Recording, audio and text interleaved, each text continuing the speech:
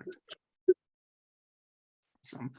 Well, welcome everybody to our April Forgotten Grapes virtual tasting. So excited to have you here. And of course, most excited to have not one, but two winemaking legends in the house tonight. We've got Bob Lindquist and Louisa Sawyer Lindquist from, gosh, let's just name the brands. Lindquist Family Wines, Verdad, Sawyer Lindquist. Anything else you guys have cooking? Vera now, it sounds like you've got going. And Vara, which Vara, is New Mexico.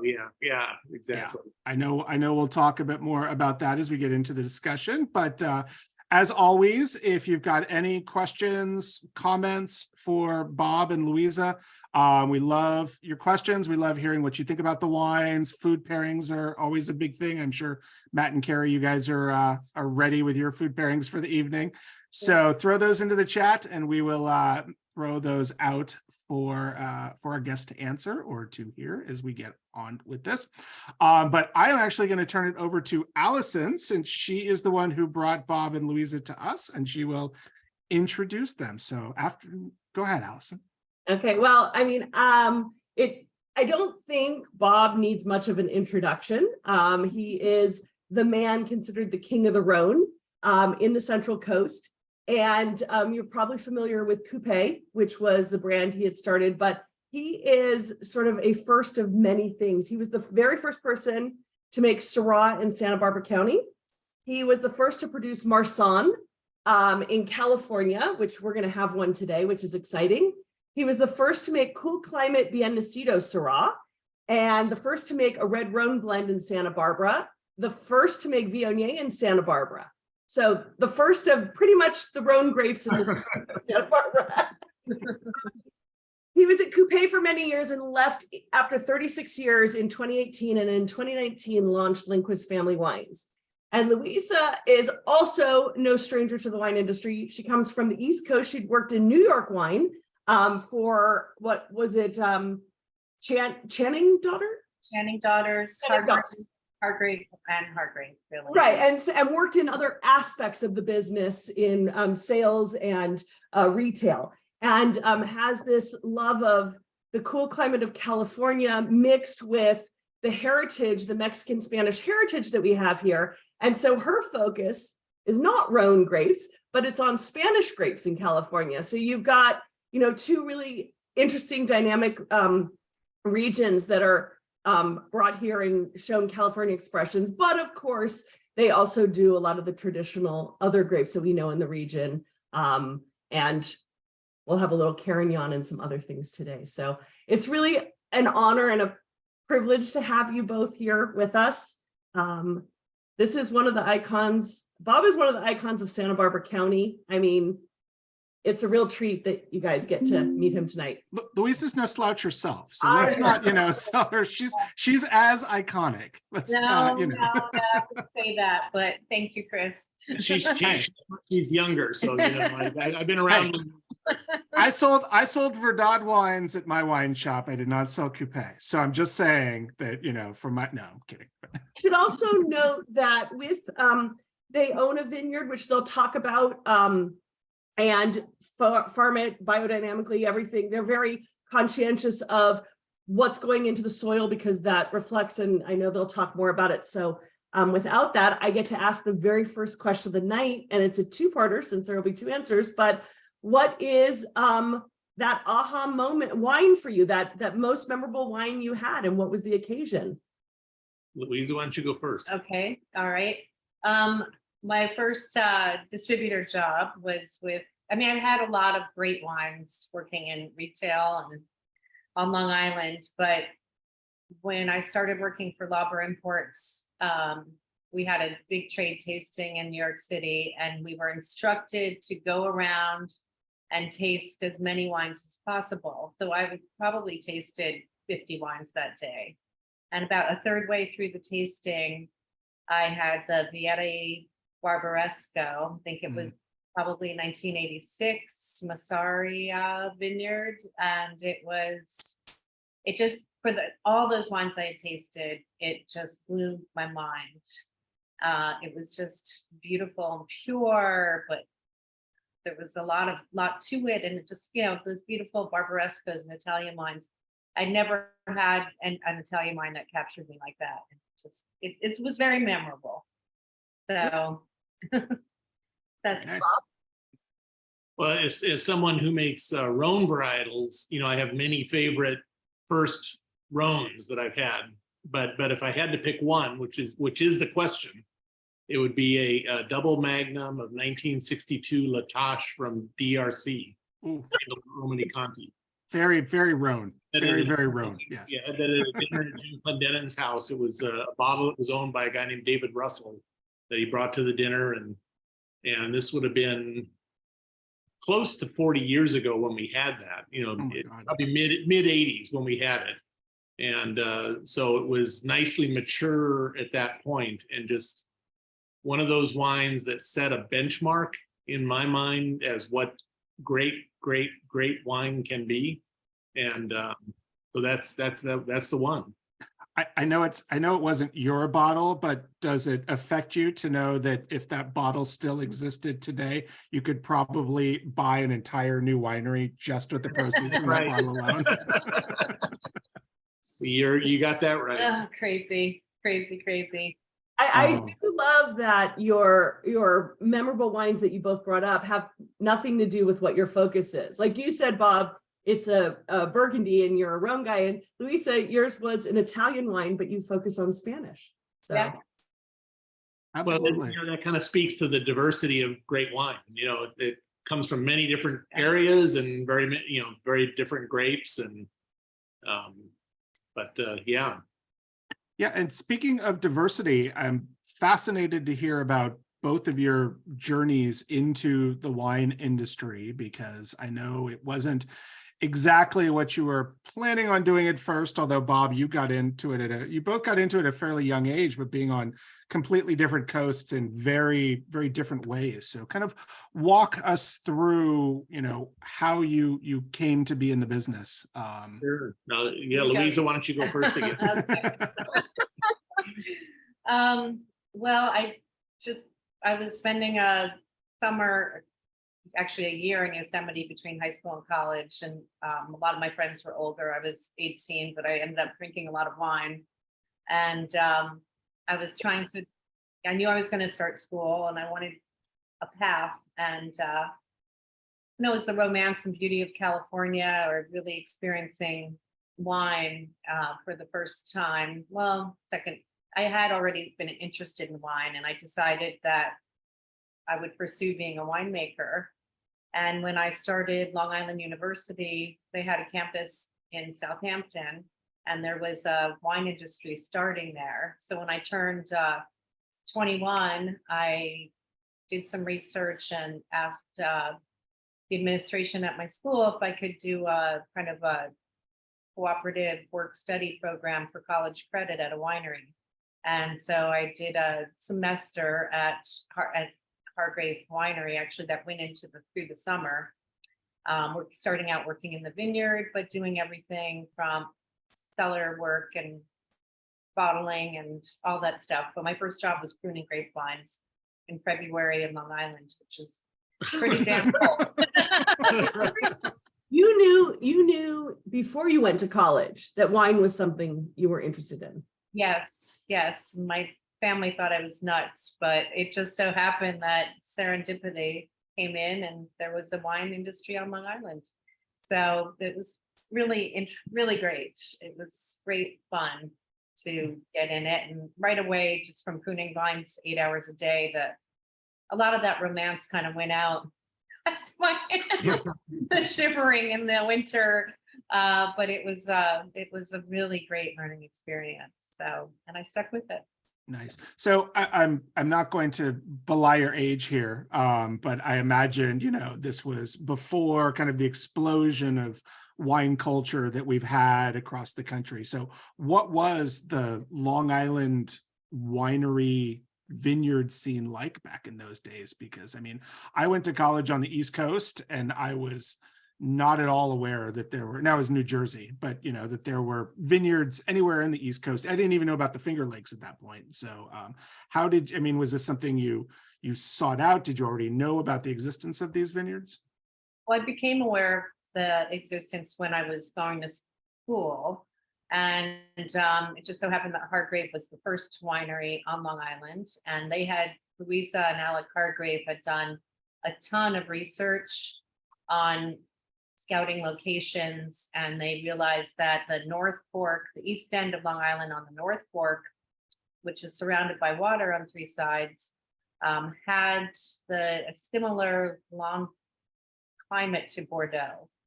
And so that's how they chose that area. It turns out it's a little too cool for really good Cabernet Sauvignon, but Merlot and Cabernet Franc grow really well, and I think Chardonnay. And then there's been a lot of success with Italian varietals, in particular white varietals there as well, and some sparkling wine projects, I believe. Yeah.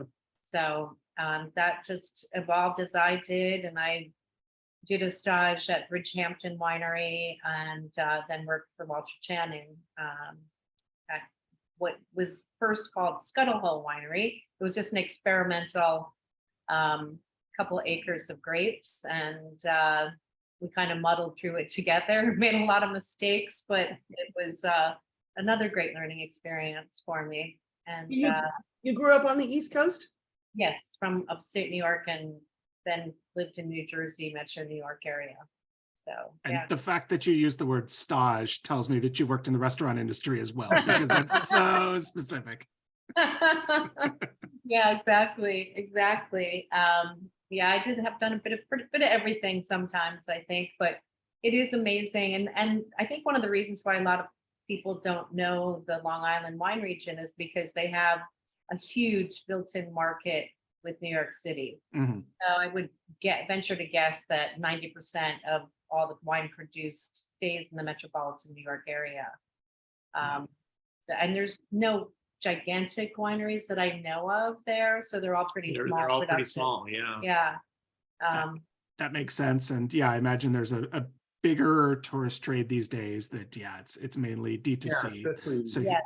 you're not especially- seeing the bottles at restaurants and whatnot. Yeah, especially during the season out on the Hamptons, a lot of local wine is consumed then, for Yeah, sure. and there's a lot on New York City wine lists. as That's well. right. Yeah, Yeah.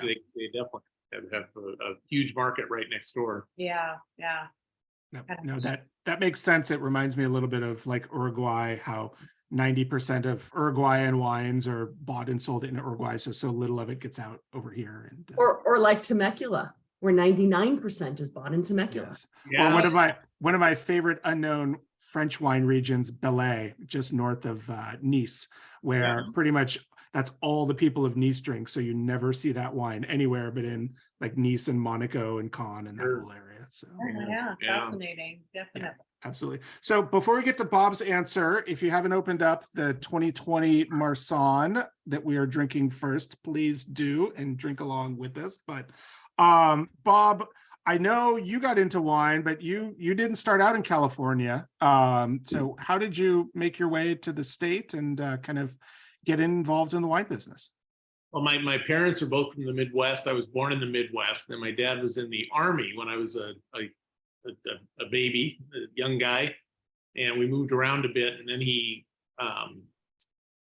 got a job with Douglas Aircraft, a civilian job working closely with the military after he left the Army when I was still young. And again, we moved quite a bit. One of the places we lived the longest, in fact, it was the place we lived the longest until we moved to California, was in Germany. And he couldn't talk about what he did, but what he did was working for Douglas Aircraft, setting up Nike missile bases pointing at the Soviet Union, Wow. So that's why he couldn't talk about it. But I remember on like Saturdays going with my dad out to these missile sites, and it was pretty impressive, when you're a little 6 or 7 year old to see these big missiles and not even knowing what the kind of impact of all that was. Yeah, no, son, don't bang your metal car on that. That's not a good idea. But when I was 11 years old, we moved to California. Again, my dad working for Douglas Aircraft, which then evolved into McDonnell Douglas, and he moved into the aerospace division in Huntington Beach. I lived in Costa Mesa in Orange County, and grew up there, went to OC represent. school and college in Orange County. And then my first kind of real job after getting out of school was working for a small advertising company that was based in Orange County. And one of our clients was a wine shop. In fact, it was called The Wine Shop in Westminster Mall. And I did some work for the guy who owned the shop, and he owed me $50 and asked if he could pay me in wine instead of in cash. And I said, sure, I like wine. And at that point, my budget for a bottle of wine was probably $2 or $3 at the most, for things like Lancers or Mateus or Blue Nun. And he gave me some bottles that were, $8 to $10. And I took them home and opened up one of them that night. And it was a Simi 1970 Cabernet Sauvignon from Sonoma. Wow. And it blew my mind. It was just like, I had no idea that wine could be this good. And from that moment on, that's all I wanted to think about, learn about, and do. So that was really, kind of the light bulb moment. And luckily we had another great wine shop in Costa Mesa, besides the wine shop I did the work for, High Time Cellars, yep. Legendary wine shop in Costa Mesa. And I started going there and hanging out and asking questions and buying books and buying wine and going to tastings. And that's really how I got into it. Nice. I grew up in Orange County, so I'm fascinated by what was the wine scene like back in those days. Was it small? Were you trying to expand into Los Angeles or the Inland Empire, San Diego? I mean, where were you? I left Orange County to go into the wine business. Okay. So yeah, but obviously High Time, which had a great store, and there were other great stores kind of from that same era. Like Wally's in West LA and Duke of Bourbon in San Fernando Valley, but there weren't that many great wine merchants back then. So the market had to be somewhat limited, but it was there and burgeoning. And there were now wine columns in most newspapers. Robert Lawrence Balzer was writing for the Los Angeles Times. And Jerry Mead was writing for the Orange County, Register, and getting kind of the word out through the press there. So it was a very nascent part of the business, that's for sure. But I moved away from Orange County to get into the wine business. Got it. And then how did you move from wine sales into the winemaking side of things? Because that's a big leap to make. Yeah, it is. And I kind of thought that I would become a wine retailer. That was kind of my dream, was to have a world-class wine shop. And I got a job working for a little wine shop in Los Olivos that was owned by the son of the owner of Zaca Mesa Winery. And I got hired to manage that store. So I was 25 years old when I got hired. So this was still pretty early on. And it was a cool opportunity. And while working at that wine shop, I got to really know the wines of the San Ynez Valley and Santa Barbara County and the Central Coast, and got to know some of the winemakers and become friends with them. Was that the wine cask? No, it was called the Los Olivos Wine Shop. Oh, okay. Wine cask was in Santa Barbara. Oh, was it that same angry guy who works at the Los Olivos wine shop now? No, different time, different era. Okay, but everybody knows that guy, which is my favorite thing. Well, and because a lot of people know Los Olivos, this is kind of interesting. The place that's now the Los Olivos Cafe and Wine Merchant was the location of that original wine shop. Oh, okay. And that place, of course, became immortalized in the movie Sideways. That was where Miles was going to dinner and standing out in front talking to his friend, saying, if I'm not going to drink Merlot, and that was that place. That was that location. It's okay, Bob. You can swear your head off here if you want. But we're not PG. We're not on public radio. Exactly. This is for private use only. Exactly. I'll try to avoid from using F-bombs, but Miles used an F-bomb movie. If it comes from the heart, let it free. That's what I say. So you were working in retail, and I think I've heard this story before, but how did you transition to making wine? One of my very favorite bands is the Kinks. and the Kings hadn't toured in a while, and they were coming to Santa Barbara Bowl. This was in the summer of 1979. And working in retail, you always worked on the weekends, which is fine because that kind of comes with the territory. But the Kings were playing on a Sunday at the Santa Barbara Bowl, and I asked my boss, again, he was the son of the owner of Zaca Mesa, and I said, this couple months out, I want to go to this concert. Can you cover for me that day? And he said, oh, sure, no problem. Bought tickets, and a few days before the concert, I reminded him that Sunday I needed the day off to go to the concert, and it was on the calendar. And he said, oh, geez, he goes, that's the opening of dove hunting season. And he was going to go dove hunting that day. And I said, and he and I had been kind of butting heads a little bit already. And I said, well, I'm going to the Kings concert. And he said, I'm going dove hunting. And he said, if the store doesn't open, Bob, you're fired. And I said, okay, I'll see you on Monday. And so I went to the Kings concert. He went dove hunting. The store didn't open. And on Monday morning, I went in and he shook my hand, handed me a paycheck and said, it's the principal, you understand? And I said, yeah, I understand. And that afternoon, his father, the owner of Zaca Mesa, called me.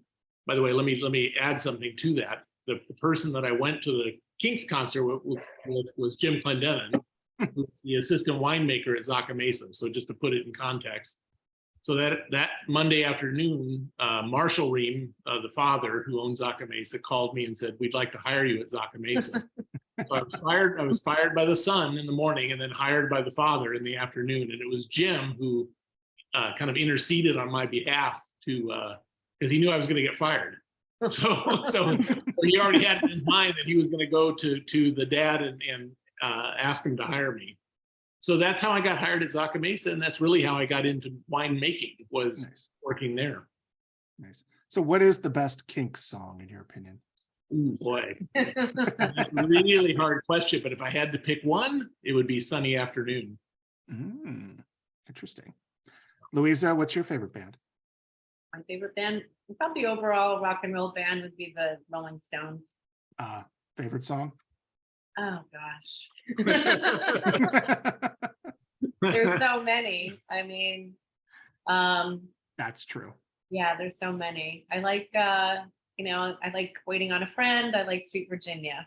Yep. A friend of mine was toured with the Stones, and I got to work a couple wow. free concerts. And I heard them doing a sound check with Sweet Virginia at what was then AT&T ballpark in San Francisco. And it was just me and another guy walking around with a clipboard, pretending that we're important while nobody else was in the stadium and they were playing Sweet Virginia. And it was a great moment. So but this was like Steel Wheels like tour. No, it was a Bigger Bang. Bigger Bang. Yeah. Yeah. Oh, okay. But it's later. It's not, the fun like 60s, But it's still some girls and yeah. Yeah, they were. I got to party on a bus. Well, that alone right there. That'll be its own separate virtual tasting event. So Louisa, how did you come out? How did you find yourself out in California? And at what point did you decide that you wanted to jump into winemaking as well? Well, I got a job. I worked a little retail at a couple of nice wine shops on Long Island, and then I got the job with Lauber Imports, which was a great small distributor when I started with them. And my territory was Suffolk County, which is a huge territory. Mm-hmm. And I was single and I was young and the winters were long and cold. And I was like, I really wanted to get a territory in New York City. And I said, hey, I've done a great job here. Would you consider letting me work in the city? And they're like, oh my God, it's taken so long to find somebody we could depend on the east end of Long Island and Suffolk County. We really don't want you to go. And a friend of mine in the wine business in California talked to some friends, and I was hired to work at a distributor importer working out of San Francisco. So I interviewed and then I went back to Lauber and said, well, I was just offered a job in San Francisco. And they said, all right, you can go to New York. And then it was like, it's too late now. You can go to New York, but we're giving you the Bronx. kind of like, I want to go to California. So that's how I ended up working in San Francisco. And I had met Bob and Jim at a tasting that Lauber kind of through roundabout way that Lauber Imports had hosted along with Our distributor was Lauber Imports in New York. Yeah. So I went to a winemaker dinner and I met them both, pretty casual. I think they're both sick. I was the one who was sick. I was under the weather. Yeah. Yeah, and we chatted for a while and it was fine. And then I saw them at a tasting in the city. And then I moved to California and anyways, our paths crossed again. That's an interesting story. I went to the wine experience in San Francisco, the banquet, and a friend of mine had an extra ticket. And I'm like, what the heck? I don't know anybody. I just moved here. And October 1992, just to put it in perspective. Okay. so I was sitting at a table with a bunch of people in the wine business. Some of them I knew, some of them not as well. And Jim Clendenin was sitting at an adjacent table. And of course, I recognized him with his iconic mullet. And of course, he didn't want to drink Napa wine. So he brought a case of Burgundy and was drinking Burgundy at the banquet table and started passing the bottles to me. And everybody's like, who are you? Like, why are you getting this special treatment? I'm like, well, I only met him like once or twice. And so the dinner ended and we were all having a good time. And James Brown played at the dinner. Oh, wow. Marvin Shankin helped get him out of jail. Play at his event. I suspect James has no recollection of that dinner whatsoever. Yeah. Well, especially now. Well, of course now, yes, yeah, fair. But he probably had a gun on him. We know that much. Yeah, he gave a great show, and we were dancing and having a good time. And then Bob had shown up at that point, and we're just all having a great time. And I'm like, wow, I can't believe you guys recognized me from New York. And they looked at each other and did a double take at me, and I'm like, what? And they're like, we thought you were the woman who worked at Santa Barbara Winery. There was a woman that worked at Santa Barbara Winery who was Louisa's doppelganger. The spitting image, wow. And and we both made that error, and it was a good error to make. It's quite a meet cute. meet awkward turned meet cute. Yes. Yeah, exactly. Right, and then we became friends after that. So that was was there another part to that question you asked me? I mean, it was eventually how you got into winemaking, but it sounds like there was some lure to get you down to the Santa Barbara area from San Francisco. Well, we did. I started visiting Bob and Jim and going to their winery open houses and got to know the region a little bit. And Bob asked me to help him pour at the Aspen Food and Wine Festival. Taste of Ale. Oh, was no. the first one. Was it? Yeah. Yeah, but I think it's Aspen where you tried the Albarino. Oh, right.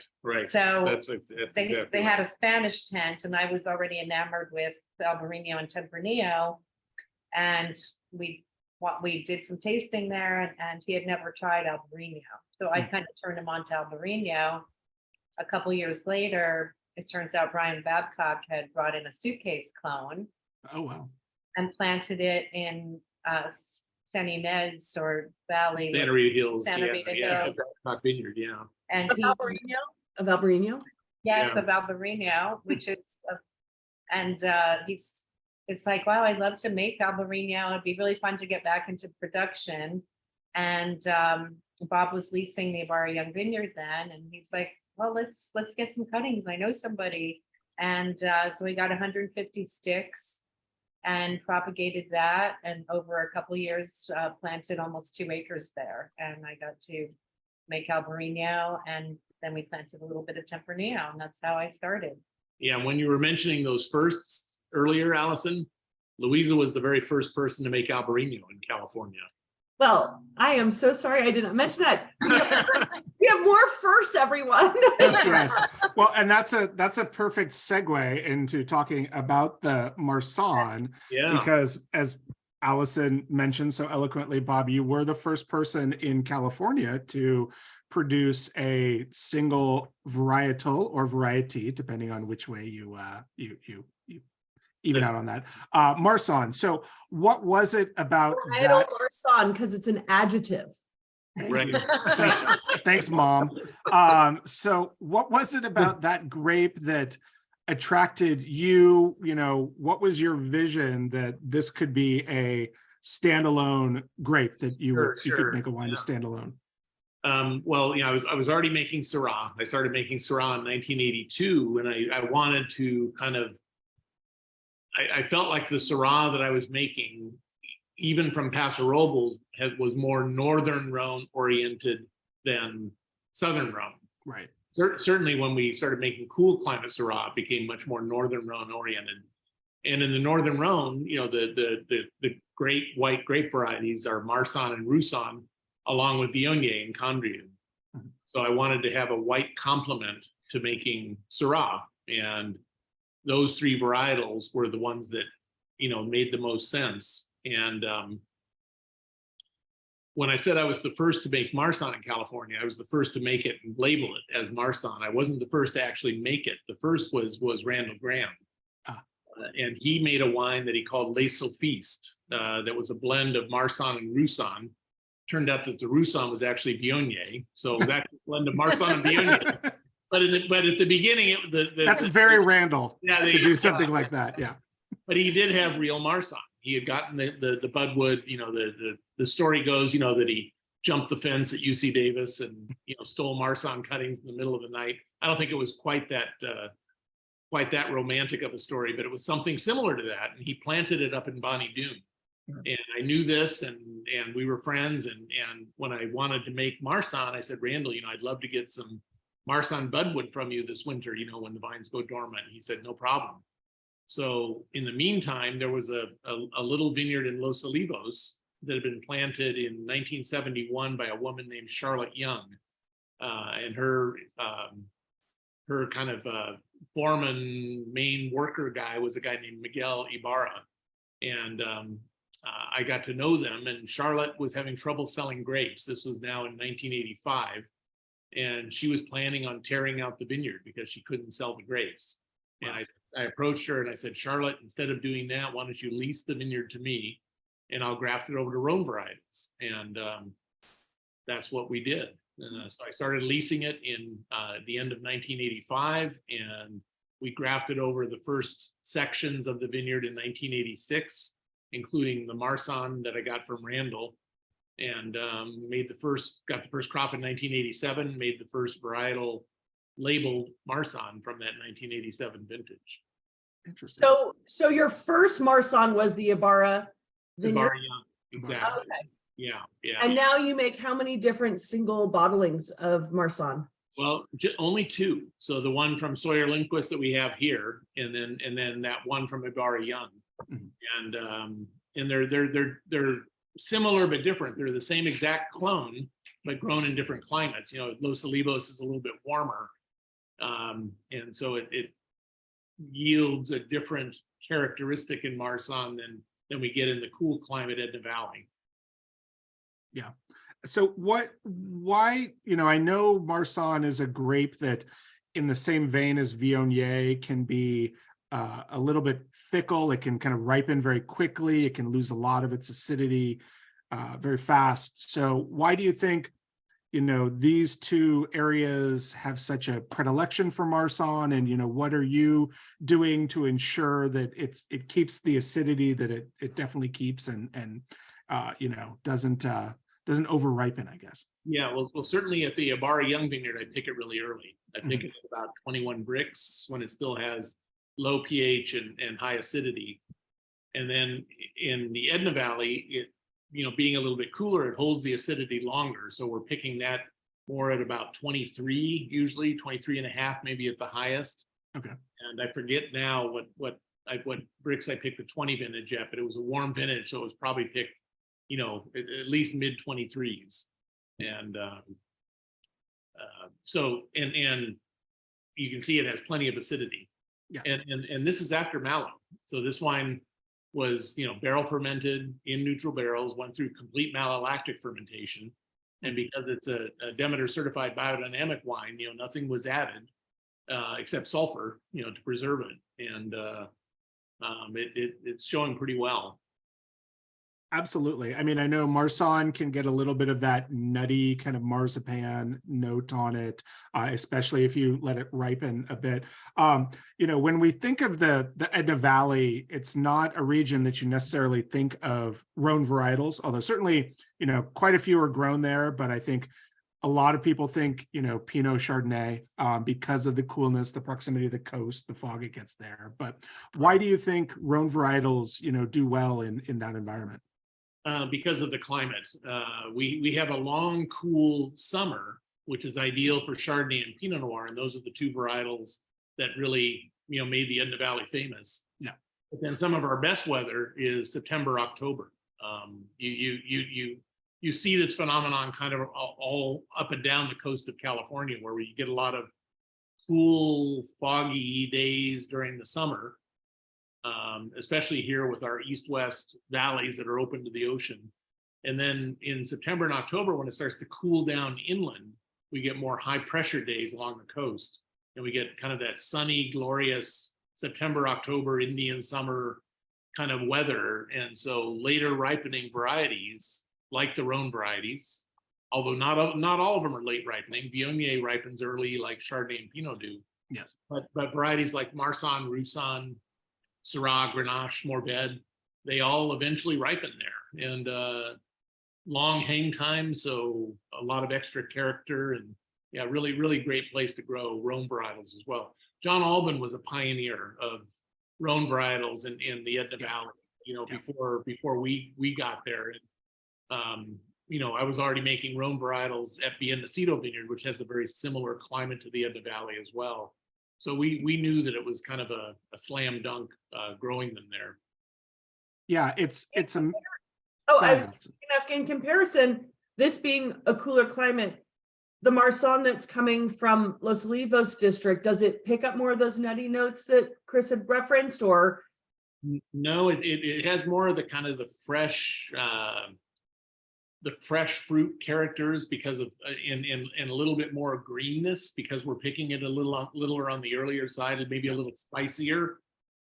Where it gets those nutty notes, Allison, is with age, and Marsanne famously ages well. I mean, it's a variety that, even though it's not a high acid variety, you can put it in the cellar for 15, 20, 25 years and it continues to evolve. And after about 10 to 12 years is when it starts getting those secondary kind of nutty lanolin type of characteristics that honey, like honey nut aspects. They're really attractive with age. Absolutely. So Michelle, and for those who aren't familiar, the Edna Valley sits basically just south and slightly east of San Luis Obispo and goes all the way down, kind of follows the line of the coast down to Arroyo Grande area, the 5 cities area, as they call it. But it's very close to the coast. I mean, I think at the furthest point, it's only about 10 or 12 miles away from the coast. So it gets a lot of ocean breeze, fog exposure, certainly much more than Paso Robles, which sits at a much higher elevation and is much more inland, where it gets, Paso Robles has that higher diurnal shift where it gets very, very hot and then very cool at night. Because of its proximity to the coast, the Edna Valley is a little more regulated and stays cooler, but like Bob says, they get that longer growing period where it still stays temperate and warm into September and October.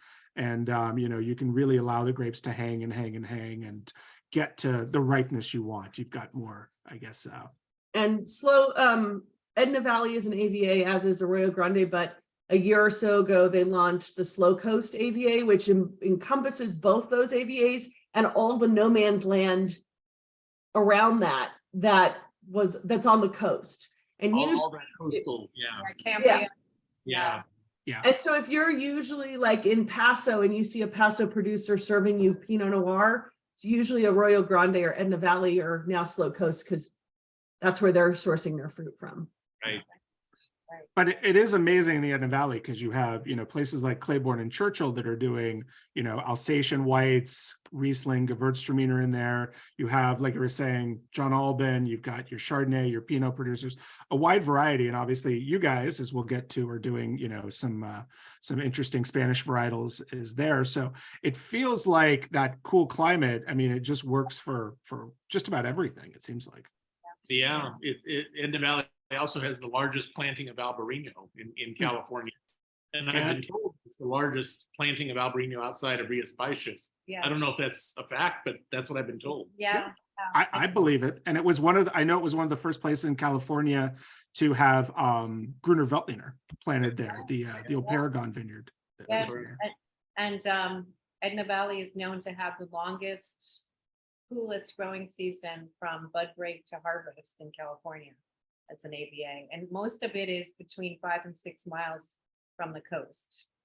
Yeah. So I'm on the board of the Slow Coastal Wine, so I've learned some stats in the past year that I can.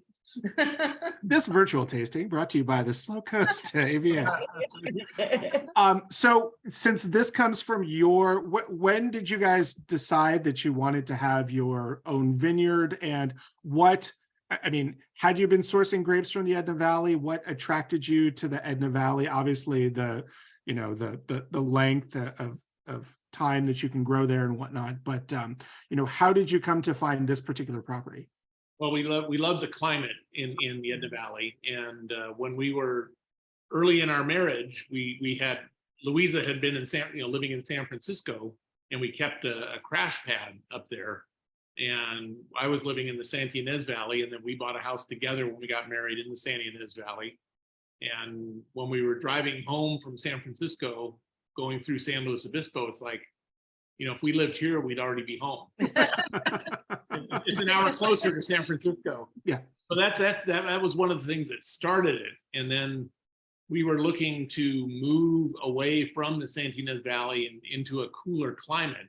And so we started looking around the San Luis Obispo area and came across an 80-acre parcel right across the street from Alban Vineyards that was available. This was in 2002, and it was part of a it was a vineyard. It was just bare land that had been used for cattle grazing as part of a larger ranch, and the owner of the ranch was going through a divorce, and he had to split off 10%, 80 acres. Those are the best bargains. I know several people who have gotten great houses out of divorces. Yeah. Other people's divorces, not their own. So we kind of fell into this, during this situation where the property had actually been in receivership, because the guy who owned the ranch kept anybody who came and approached him about buying it, he would kind of scare away, and until the court took that opportunity away from him. Mm-hmm. And that's when we entered the picture. And so we bought it in 2002. We moved to the San Luis Obispo area in 2003, planted the vineyard in 2005. And in doing all this, we really stretched ourselves financially. This was kind of beyond our scope, if you will. And but our thinking was, hey, it's coastal California real estate. What could possibly go wrong? and in 2008, when the banking world and real estate market collapsed, we found out what could go wrong. Right. Yeah. So coming out of that recession, we decided to sell the property, and we did in 2013, but continued to get the grapes from it. We sold it to a guy named Brooke Williams, who had left Zaca Mesa Winery. He was the president of Zaca Mesa and had left that job to become a farmer. And he bought a couple other vineyards in the Santa Rita Hills area. And we continued to buy grapes from Brooke up through the 2000 vintage. I'm sorry, the 2020 vintage. I skipped that. That's all right. Yeah. And then Brooke in turn sold the vineyard again to a new owner. So we're no longer working with that vineyard, but it was fun while it lasted. Yeah, I think I made a 2021 Albarino from there, which is great. the new owner decided not to farm biodynamically, which of course is his option. And anyways, he and Bob butted heads. Please don't tell me he's pulled up the Albarino. No, he has not pulled up the Albarino. I don't know. We don't know that for Yeah. a fact. Hopefully he hasn't, but Got it. he there was an issue with ground squirrels. I mean, I'm going into a little bit of detail here, but I know we have some time to do that. So I'm Yeah. there was an issue with ground squirrels because Brooke Williams, who was farming it biodynamically, had gone to the kind of no-till concept. I don't know if you're familiar with that aspect of biodynamic farming. It's not really there's basically- biodynamic though. Well, there's It's a basically different two, let offshoot. me. Yeah. There's basically two schools of thought in biodynamic farming. There's the no-till people and the Mhm. till Right. people. Original biodynamics are people who till the soil and work the soil and And No. regenerative is a no-till theory. right, Yes, exactly. yes. Yeah. So anyways, when he went to no-till for the last maybe 3 years that he farmed it, the ground squirrels took over. They just, had a field day because they were their ground was not being disrupted anymore. Right. And he wasn't doing enough to trap them. And so by the time he sold the vineyard, the ground squirrels had really taken over. And He was like a slumlord with the rats in New York City. the new owner, his idea to get rid of them was, of course, not in the biodynamic ethos. Right. And I tried to convince him that he could do it biodynamically. And we kind of went back and forth about that. He didn't like what I had to say.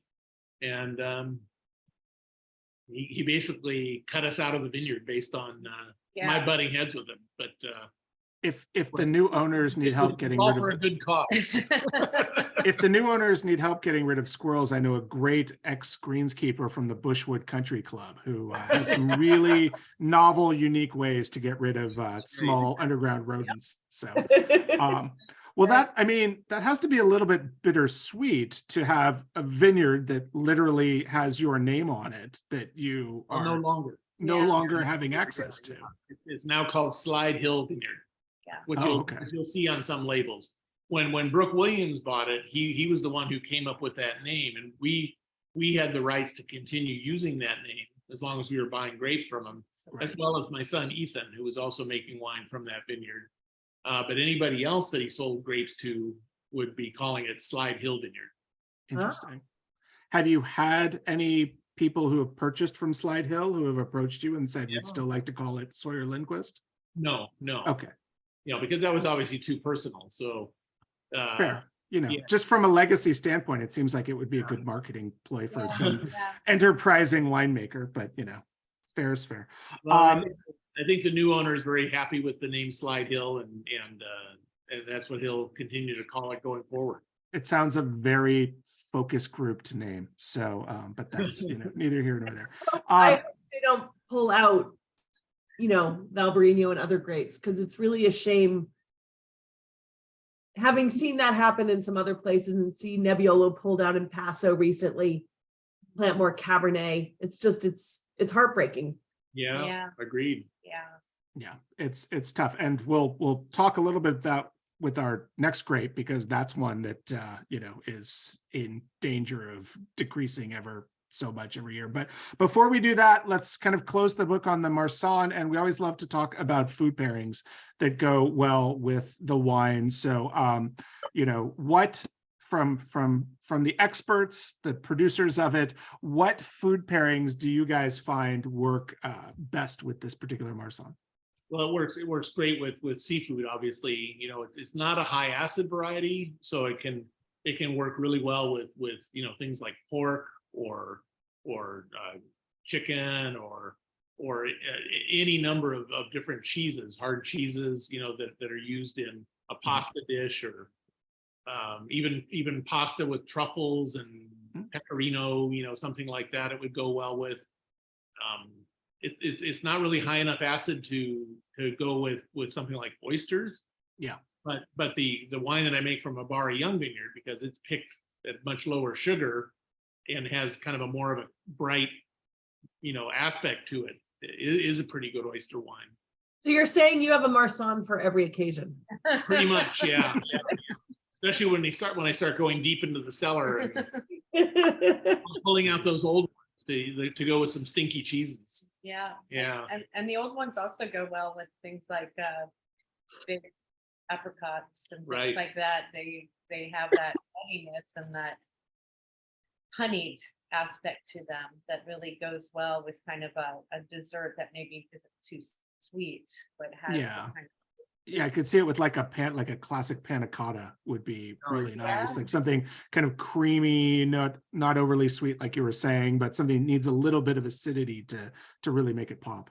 And if you really wanted to get adventurous, pour this over a bowl of Honey Nut Cheerios. Oh, Now you're talking. I love Do a it. little 420 action before you do that, though. Well, that's our virtual tasting after this one is when we go sativa versus indica. But Matt paired it with shrimp in a coconut curry sauce with sweet peas. Yeah. Oh, yum. Yeah. and they've got mom with them, so say hello to mom. Yeah, That sounds wonderful. definitely. Carrie does not seem psyched that mom is there with them, so hi mom. Awesome. So let's move on to your new, well, I guess this isn't your newest venture. I mean, Lindquist Family Wines is technically the newest venture, but this is your co-project, the two of you, the Sawyer Lindquist, and this is the Carignan from Mendocino. So Louisa, I know, your predilection is for cooler weather grapes. That's always been something of yours. So what attracted you to kind of move out of the Central Coast area and find something like Carignan coming from, old vine Carignan from Mendocino? Yeah, that's a great question. I had tried a little, well, we were making wine for Vara and they wanted to make some Carignan. And I found an old vineyard in Lodi initially, which in 2019, we got some fruit.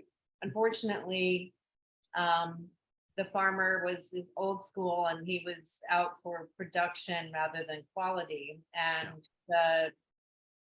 so it was a pretty nondescript wine. It was okay, but it wasn't great. No, I didn't bottle it on its own for Right. me because it didn't quite have it. Could have been the Midchich. I don't know. I didn't know that vineyard that well. But a friend of ours, Kyle Jeffries, is one of the winemakers at Minus Tide Wines and made a beautiful Carignan. And I asked him if he knew where any Carignan was. And he said, well, as a matter of fact, the vineyard that I use, Feliz Creek, is they're selling some fruit this year. And if you want, I can hook you up.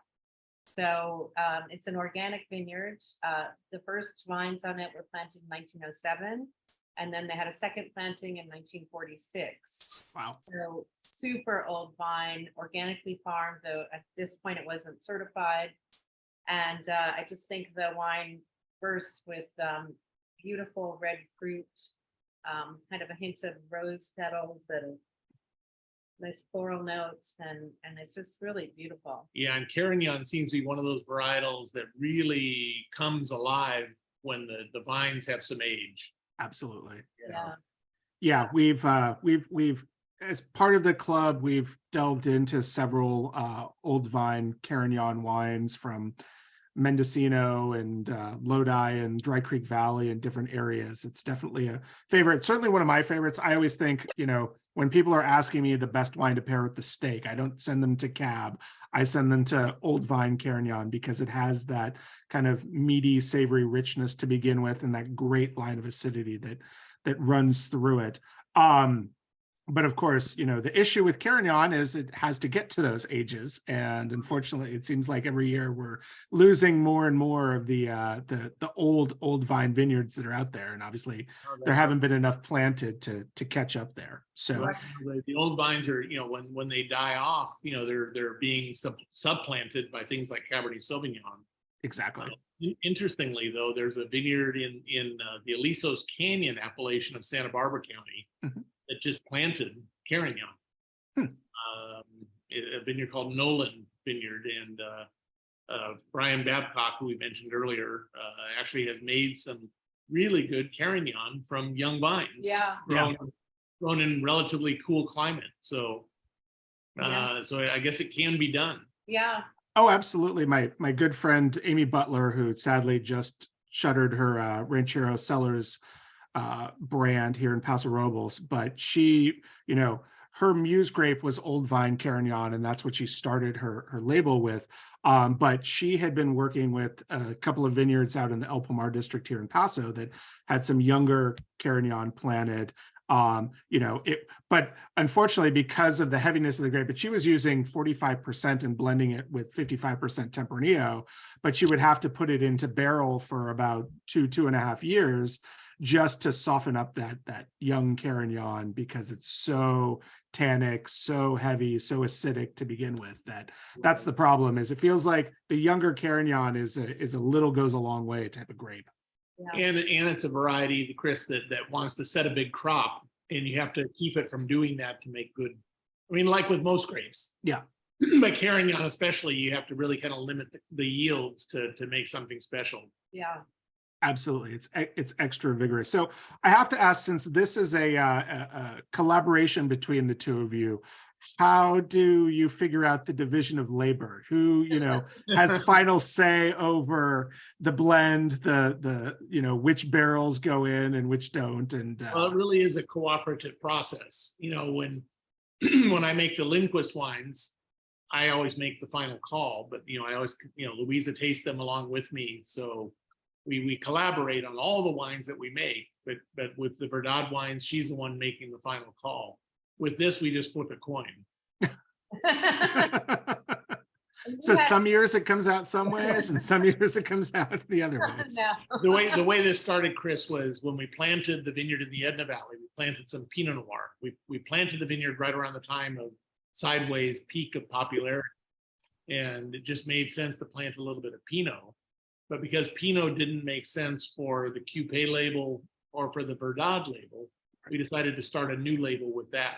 And our son, who was in an art class way back then, drew this kind of cool painting of the planets, and it reminded us a little bit of the biodynamic world. And so we asked him to paint a kind of a more specific painting of planets that we could use on the label. And that's how that label came about. Was we didn't want to put it under Cupé, we didn't want to put it under Verdad. We had this painting that seemed like a good thing to use on the label. So that's how the brand started. And it started with just that Pinot Noir. Mm-hmm. Yeah. So what is the Sawyer Lindquist, you know, over it today? What do you have in your portfolio? What are you looking to do? Is it just kind of your area to experiment, to play with some fun things? Exactly right. Yeah, exactly right. So something like this, which is a one-off, Mhm. Mendocino County, it just makes sense to put it under the Sawyer Lindquist label. And we've made a couple other wines under that label as well that don't really fit into either of our other brands. Or we make them for wine club and our tasting room That's only. right. So we do a Tempranillo Syrah blend, Okay. which is delicious. We did a little Pinot Blanc in 2021. So we have a couple ideas up our sleeves and it's fun for us because we can try working with other grapes and put them under the Sawyer Lindquist label, and it's great for our clients and our customers to try something new. From Forgotten Grapes. From Forgotten Grapes. That is what we love here. That's why Carignan is keeps popping up over and over. Was that I have to ask, was that Ynez Pinot Blanc that you guys were using on that? Or? It is. Yeah. It is. Yeah, there's so little Pinot Blanc grown in this area that's pretty much all Ynez or bust these days. True. Yeah. Although we didn't have a contract, so it's not on the label. It just says Santa Maria Valley. We bought the grapes from Owontlimont. Yeah. Well, they can be very particular about utilizing their name. I have some winemaker friends who, you know, got deals on grapes, but were not allowed to use the Ynez name on them because they didn't want people knowing that wines at that price point were Ynez fruit. So it happens. But no, this is delicious. So it was a one-off. This was just is there something that happened, or It's more like it's geographically undesirable for yes. Yeah. I used to date girls like that in high school and college, so I know what you're talking about. Yeah, and not to say there wouldn't be some Carignan in our future again, but it was so 2020 happened to be, I forget, there's a huge fire in Mendocino. Mhm. And the morning that these grapes were picked, the fire was coming over the ridge, and we picked it just in time, but the trucker it took him 20 hours to get here. Yeah. And Luckily a refrigerated truck. yeah, but it was, it was such an ordeal for him and for everybody that it just doesn't, and plus with fuel prices. Yeah. It's Very just- costly Yeah, shipping, it's yeah. not. Yeah, a little carbonic maceration going on there, I imagine. Plus there was no way we could keep track of the grapes on a day-to-day or every other day basis, but we had our friend Kyle Jeffrey, the winemaker up there, doing that for us, because he was Yeah. also getting grapes from there. So we were relying on somebody else, but somebody we trusted, Yeah, to steer us the right way. And yeah, if it was closer, you would love to work with this vineyard more, but it Yeah. doesn't make sense, so. Yeah, Mendocino is quite a trek to get up there. Are there any grape varietals that are kind of your dream to work with under the Sawyer Lindquist label, or things that you're really interested in seeking out or finding? That's a great question. for me, it would be Chenin Blanc. Mm. Yeah. That feels very approachable. Lanolin, waxy, nutty, I aged. love good Chenin Blanc. Yeah, And in fact, when we planted the Sawyer Lindquist Vineyard, I wanted to plant a little bit of Chenin Blanc, and Louisa talked me out of it. But we already made so many different wines, and she was right about that we should not have planted it. But I just love that grape, and it talk about another forgotten grape that makes one of the world's greatest white wines. yeah, and It's true. actually, I know it's poo-pooed, but I love really good Merlot Mhm. and Cabernet Franc, and either one of those would be really fun to put in the bottle, maybe. So Yeah. to be continued. Well, Merlot's definitely on its on its bounce back upward trajectory. I think the stink of sideways has kind of fallen off Merlot, and people realize that it's a grape that can be crafted in an excellent state. And I think the same things happened with Chenin Blanc. We moved so far away from the Jug. Carlo Rossi jug wine days of Chenin that you're starting, at least here in Paso Robles, I know we're starting to see more and more Chenin Blanc based wines, which is really exciting. So hopefully you guys get a chance to work with those. Food pairings with the Carignan, we mentioned lamb, I think had been referenced. Yeah, it was, Michelle had told me that she had saffron rice, lamb, and curry. Yeah. Wow. Yeah. That's Grilled meats, Yeah. any grilled meats, perfect. Yeah. Yeah. Do we have anything for our vegan wine club members here? Because we do have a few that are on here. So Well, again, I think a kind of a curry. Yeah. With like maybe a lentil, like a dal kind of thing, a lentil curry dal would or be sweet fantastic. Yeah. potatoes. Again, you could use cream, you could use coconut milk, you could use a tikka kind of sauce. That would be really good. And Matt made spicy ricotta baked meatballs. There you go. Ooh, that sounds good. Perfect. You're making me hungry. Nice. Perfect. So let's move on to your Graciano. Yeah, we've featured several Gracianos, and of course we've talked about the story of how a small clerical error from one nursery has led to the proliferation of Graciano across the Central Coast. It feels like crazy. That's crazy. it is crazy, yet it's the reality that we're living in. I mean, who would have thought that a reality TV star could be president of the United States? But it's the reality that we're living in. I think only him. Fair enough. Yeah, I guess a B movie star. Yeah, exactly. But let's talk Graciano. So this is from the Ibarra-Young Vineyard, which it sounds like, Bob, you know, knowing the owner, you had a lot of control over this vineyard and were able to really kind of almost utilize it as your own experimental vineyard. That's right. So originally it was a 10-acre Cabernet Sauvignon vineyard that I grafted over to Rhone varietals, as mentioned earlier. And then we planted some additional acres. We planted 4 more acres divided between Albarino, Tempranillo, and then just a real small planting of Graciano. Mm-hmm. And the Graciano, this was planted before the recent Graciano. The Monastrell gate. Monastrell, Graciano.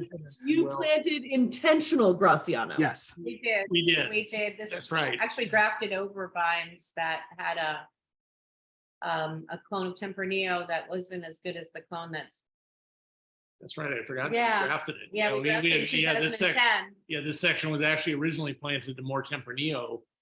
And we had noticed that the Tempranillo from Ibarra-Young had kind of high pH.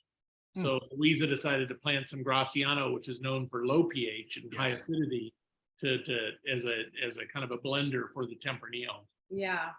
So this was half an acre, grafted over in 2010, and first vintage in 2011, nice full vintage. And it's been really consistently pretty fresh. But this is showing well. Yeah, It's been again, a little while Yeah. since- yeah, beautiful aromatics, violets and red fruit, and just a really pretty wine. Yeah, and for me, it kind of fills that lighter red that you can chill a little bit category, you know, that I also put Gamay and Dolcetto and in, you know, that it really works in that kind of same way. And not all Gracianos like that, but this one I think really works well in that way. Yeah. No, I found a lot of Gracianos have a really big, rich mouthfeel to them. That kind of really like filling, silky, almost a little like, I almost say cottony, but they just have that like texture to them, and really fill like tons of flavor, like almost an explosion of fruit. But this one has a lot of subtlety. Do you think that's because of now you mentioned Ibarra-Young is in a warmer part of St. Ynez, but you know, still some cooler climate in Santa Barbara compared to Paso Robles and other parts of the Central Coast. Do you think that comes into play? It's kind of a mid-region too, if you're familiar with those, you know, gradations. This is, you know, right in the heart of the Los Olivos district, you know, and it's warm, but it's, you know, it gets cold at night. Yeah. So Yeah. this is adjacent to Beckman Winery. Yeah, if Vineyard. you're familiar with where Beckman's winery is, this is right next door. Yeah, so down on Alamo, is that Alamo Pintado that kind of runs down that way? And this is the vineyard that Alice of Amviv manages. It is, yeah. So she took over the farming. She did a fabulous job. And, you know, I think the Graciano over the years has gotten better and better. Yeah. And it's always been kind of a pretty wine. It ripens after Tempranillo, 2 to 4 weeks after. Yeah, it's late ripening.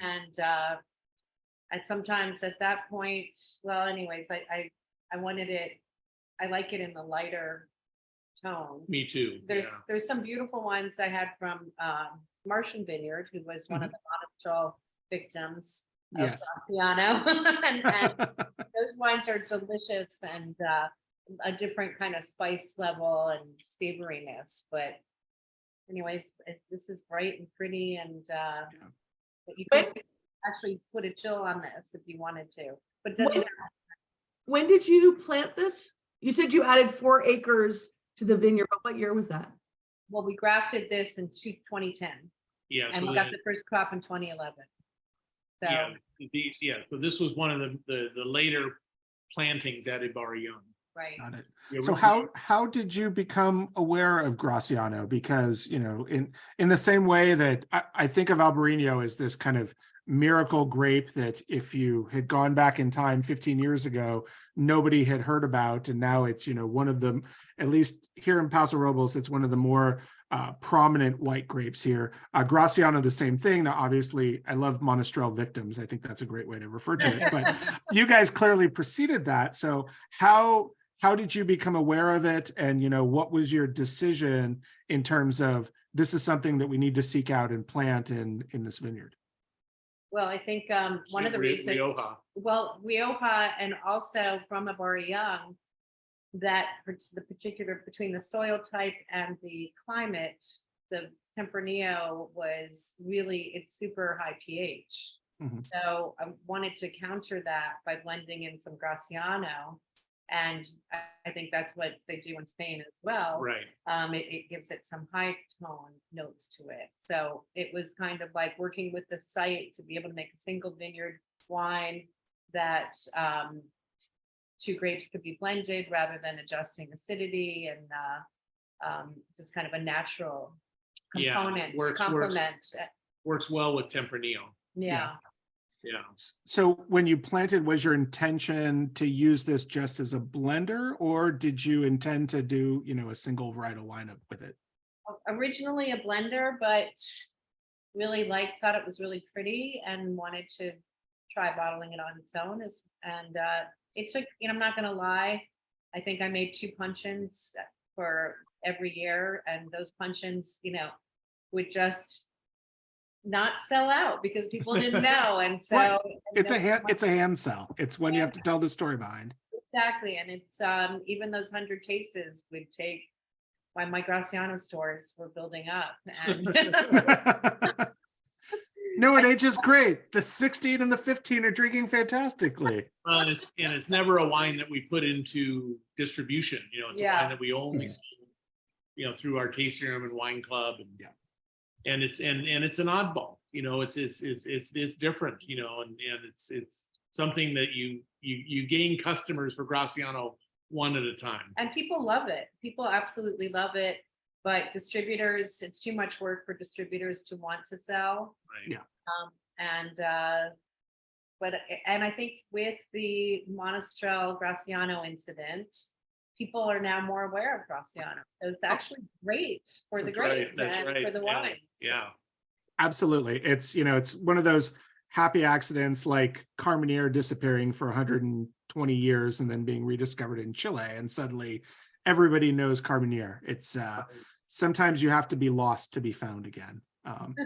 And again, from a distribution standpoint, you're dealing with somebody who, has spent his life growing and producing Syrah and trying to sell that to the public. And we know how difficult that can be. So.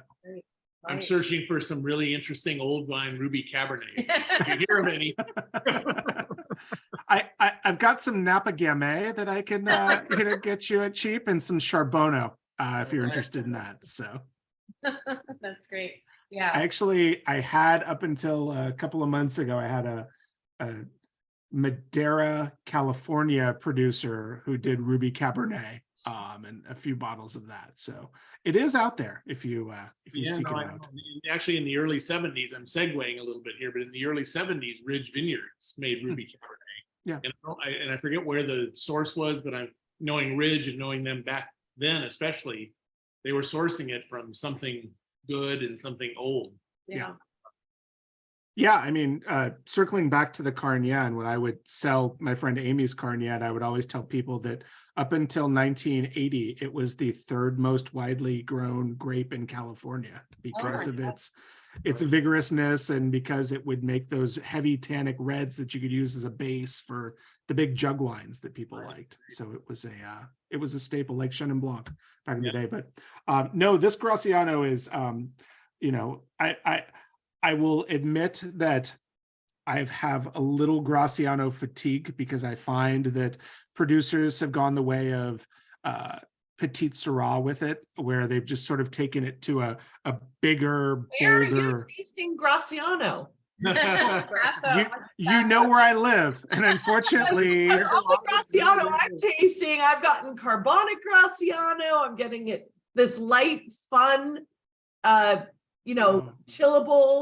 food-friendly wine. No, I've had a lot of probably 24, 25, 26 bricks Gracianos that just tend to be a little bit on the heavier side. So what I love about this one is its lightness, is the finesse that you've added to it, in terms of its, like you said, it's generally a high pH wine, or I guess a low pH wine, a high acid wine. Yeah, and yeah, it brings the freshness. I aged it in 3-year-old puncheons, pretty much neutral, and some little Hungarian or French, whatever I had available. And so a nice, not a huge wood to wine ratio. And that seemed to be the magic vessel for it, for the style for me. Yeah, I think it works wonderfully. And, to kick off the food thing, I think this is a perfect, mushrooms, like big portobello mushrooms on the grill wine. I think this just something like that. Yeah, it's got that great acidity, which will cut through the earthiness of the mushrooms, but there's also kind of an earthiness to the nose. Michelle pointed out that she's never had grapefruit and violet together in a red, which I think is a fascinating combination, but you definitely hit the nail on the head with this. But any other food pairings that you guys normally pair with the Graciano? This makes me think of being in Spain and having tapas. Mhm. So maybe some really nice ham, or even something with anchovies and egg would be really interesting. The red peppers that they, The pequeño, the piquillo peppers. piquillo pepper. Yeah. Right. Yeah. Maybe stuff with goat cheese. Would Yeah. be incredible with that. Yeah. Yeah, really. Eggplant dishes. Yeah, even like a patatas bravas, which, That's right. with that pimenton on top of it. And we've got all sorts of, we have Spanish chorizo with potatoes from Matt, Carrie, and Mom. We've got roasted beets with ginger and grapefruit with Michelle. So you can run the gamut. Actually, I could see beets going very well with this because they have that sort of subtle sugary note to it. If you roast them, they kind of lose that sweetness, so you get that earthiness to it with the acidity of the fruit. I think that would be a fantastic pairing. I think very good choice, Michelle. Roasted nuts too. Yeah. Yeah. Nice, And I'd excellent. like to point out that it's under Stelvin screw cap too, so easy access. Yes, we talked a little bit about that before everybody joined us, but what was your reasoning for putting this one on a Stelvin top as opposed to a cork? Well, yeah, I just didn't think it was gonna. Not a wine to put in the cellar, a wine to drink. Not that Doesn't- wines can age well with the Stelvin, but they don't age the way that we're used to them aging. Right. They kind of stay fresher longer. And they stay kind of as fresh wines, for a pretty long period of time. Right. Mhm. So, I like the Stelvin for things that you're going to drink. You buy it, you put it in the fridge, or you just have it ready to go. And when you want a bottle of wine, all you have to do is pull the screw cap off. It's Well, hopefully you're not pulling it off. Hopefully you're actually yeah, screwing it, because if you're pulling it yeah. off, something went horribly wrong. Closure. yeah. Yeah. That's true. No, and since, as you mentioned, you don't put that wine in distribution, it's perfect for, tasting room sales and wine club and I whatnot. mean, there's only 48 cases made, right? Of the 18, I forget I how would much you think made. Yeah. I mean, I blended some of it, so I bottled. That might be right. That might be right. Yeah, you're But I probably think- looking at stats that we wrote. So I looked at your website, so. Allison does the research that the rest of us don't. So. Yeah, it was in the punch-in, which is Yeah. about 55 cases, and you lose some with the lees. yeah. There you go. But No. yeah, not a lot of production. So if you like it, you got to grab it. That's right. Well, and we were talking about how this, was intended to be drunk young, but this is an 18. I mean, this is now, 4.5, nearly 5 years of age on it, and it's still drinking fantastically. And I imagine Fresh probably because- has another 4 to 5 years of age worthiness, if you want. I think so too, and I think that speaks to the Central Coast and the region that we're in. With even when you go into San Ynez Valley and through Edna Valley up into Templeton Gap and areas in Paso Robles, which have a lot of limestone, there's a freshness that runs through the wines that makes it a unique growing area. that I think sets it apart from Napa and Sonoma, places like that. Absolutely. But- Absolutely. Which is a nice segue to our last wine, the 2018 Tempranillo from the now sadly defunct Sawyer Lindquist Vineyard. Sorry, I'm so heartbroken by that. In the queue, so I'm still making Tempranillo. Beautiful. Yeah, so yeah, the 2018, really nice vintage, very even, balanced wines I found from Edna Valley, Santa Barbara County. It just a generous crop, but with that seamlessness that you get from an even vintage where the weather is kind of perfect throughout the growing season. And this wine is also aged in puncheon. It's about a third French new. Just really pretty. I just think it's drinking really, really well. It's fresh, that cool climate. This might be the coolest climate Tempranillo in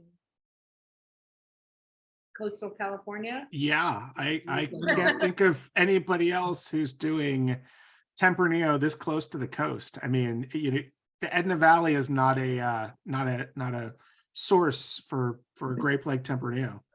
Well, exactly. And the thing is, in Rioja Alta, Rioja Alavesa, Yeah. very coastally influenced there, Mhm.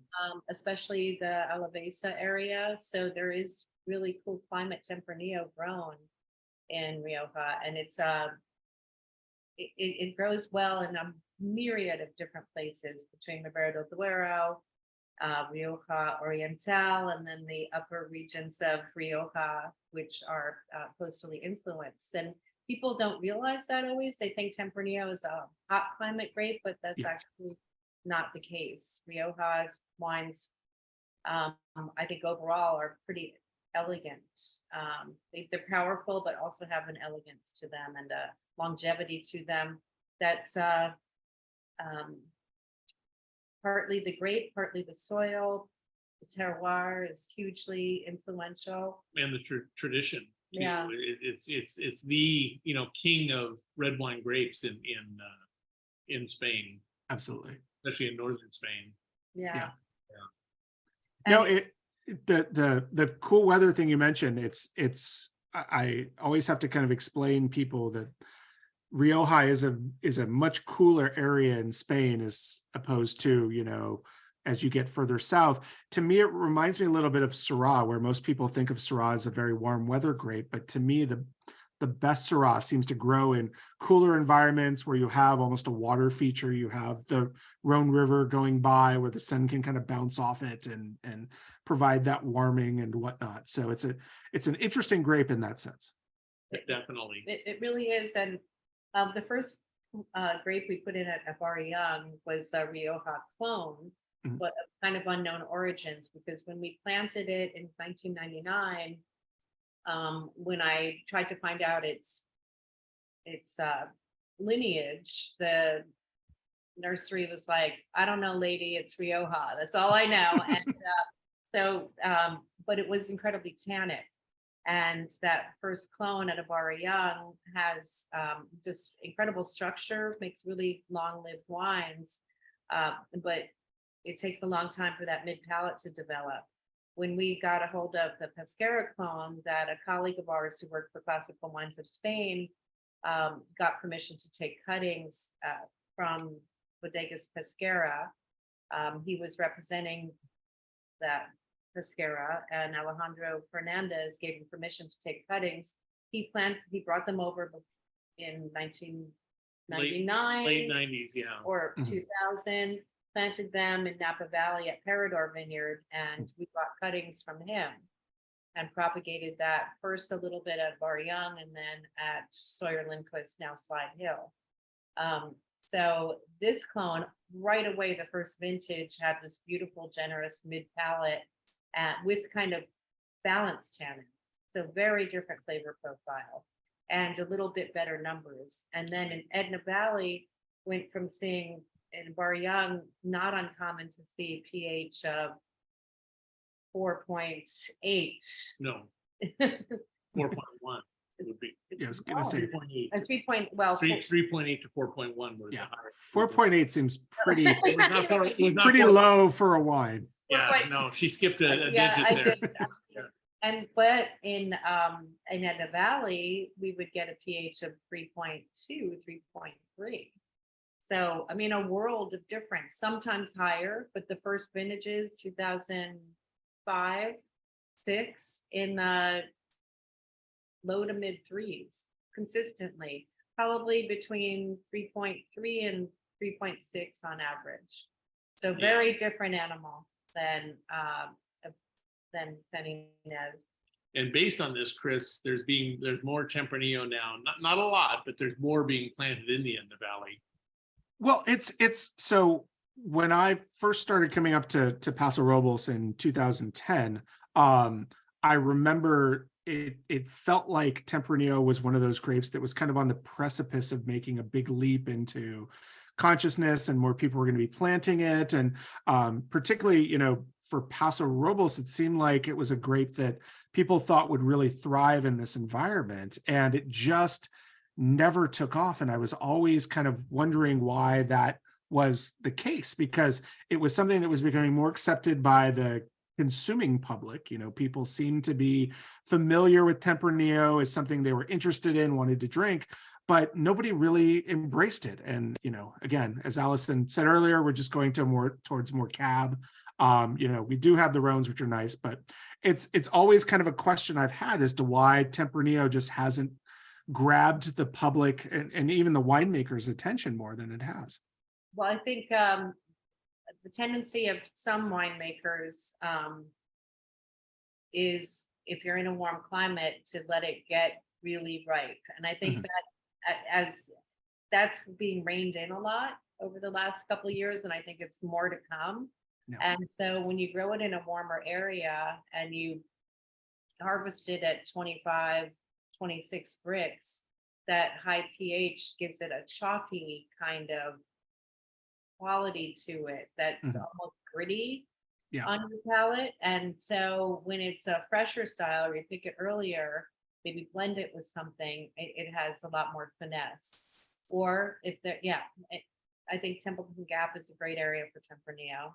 A lot of some nice wines there. It's a sad thing when you think about it. I mean, Chris, to your point, I mean, it's money. Like, I mean, you're talking to two producers here who are fans of the forgotten grapes. And of course, like Syrah and Grenache have, you know, are not as forgotten as a Carignan or, you know, Graciano, but it's really sad. I mean, Mick Unti up, you know, in Dry Creek. I mean, if he had his way, Vermentino would be everywhere. Yeah. He's like, everyone would pull up the cab and put in Vermentino. It grows well, it's adaptable, it's delicious, great acidity, but no, it doesn't make money. Right. You know, I mean, they're doing well with it, but it's to the point that beautiful Nebbiolo vineyard was bought by the Dow brothers and they ripped it up, put cab, because cab makes money and Nebbiolo is a hand sell. The less said about those guys, the better. But no, but I mean, but it's a sad thing, because look at the difference. I mean, it was bought by people who are driven by the dollar, period. I will say that, but at the same time, I will also point out that I feel like there's a younger generation of winemakers who are far more willing to experiment with more unusual, forgotten grapes, whatever you want to call them. And as they get their, you know, footing and start to buy up more land, I think we're going to start to see plantings again, things like Carignan, you know, younger Carignan being planted and people realizing that this is a sustainable grape, Chenin Blanc in the same way. I think there's, you know, but I think your point is getting to the point where they're buying land. That's probably the most prohibitive thing to any young winemaker. And to the people I know who bought Nebbiolo from this vineyard, small family owned, they sold it to the big boys. I won't get off on a Scott Galloway like rant here, but I do want to address one thing that you were talking about, Louisa, with the Tempranillo, which is you mentioned that you're putting this in, French puncheons that have been used before. We did have a question as to what is a puncheon versus a regular barrel. Can you give us that? But also, I want to continue that with, I know that a lot of the Spanish producers in Rioja use American oak for Tempranillo. They found that tends to be an oak that works better with it. So was it your intention to work with French? Or I know American is between the bourbon trade and Rioja, it's harder to get American oak these days. But what was your decision to put it in the puncheon? Well, puncheons are used a lot in Spain throughout Ribera del Duero and Rioja. And I like a little bit of the new oak component, but I like the less wine to wood ratio. Also, Tempranillo needs time to evolve with the tannin level. So I found that puncheons are a good vessel. So a normal barrel or barrique is about between 225 to 230 liters. Mhm. A puncheon is 500 liters, so more than twice. And so you get more juice in there with less wood. And as global warming happens and you get warmer, longer summers occasionally, it's also a way to save on evaporation and having to top as much in the barrel. And that's another reason why people are really attracted to puncheons. So I think they're really great. Yeah, And they allow the wine to evolve a little more slowly. yeah. So, but it's a great vessel, and we've been to Spain a number of times, and you just see I see more puncheons than traditional barrels there. Yeah, even more so with Grenache and Garnacha than, with Tempranillo for sure, but even more so with Grenache and Garnacha puncheons. Yeah. It's a great vessel. But as far as American oak goes, I'm really tempted because the people who bring in Hermitage, which is one French barrel that we both use, they also have a cooper where they have 3 and 4 year old aged American staves. So I'm really, really tempted as the barrels, after I see the French barrels prices yet again creeping up to $1,200 each. Yeah. It's like I think I might pull the trigger if I can get a barrel just to try it this year. Or So, maybe it's Slovakian or Hungarian or some of the other. and Hungarian I've used before, and they're beautiful barrels, but the American ones always had that kind of vanilla and Yeah, they're always stronger. tomato Yeah. flavors. But I think extra aged with a good cooper could be really interesting. So. Nice. Yeah, Michelle wanted to know if the toasting of the oak makes a difference when it comes to Tempranillo, whether you use a light or a medium toast, or what your preference would be. I've gravitated over the years. I've done medium or medium plus. I find that because of Tempranillo's tannin level, medium barrels have more barrel. Medium toast has a little more barrel tannin to it. Medium plus has a warmer, more flavor, spiciness to it. So I've used mostly medium plus, but a little bit of medium as well. So for that reason, yeah. Interesting. Cool. So food pairings for this one, it has such an elegance to it. And I think part of that is that cooler weather. It doesn't have the kind of tannic grippiness, that sauvage roughness to it.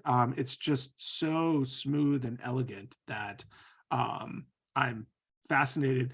Best ever beef stew. Wine may be too bright for this. That's interesting. That's what Matt and Carrie are saying, which is I can actually see that there is a fair amount of acidity to this Tempranillo. I mean, it does have that tartness, that bite to it. That, yeah, with the beef stew, it almost could be a slight counterbalance. But I think other things like quail or pheasant. And certainly in Rioja, everywhere you go, you're going to have lamb or chorizo. Yeah. You know, that's kind of the traditional. Or, yeah, Yeah. and I think, you know, if we'd had the little lamb chops, the little ones. The lollipop kind of things. Yeah. Or super fresh lamb that's, you know, very, really delicate would be lovely.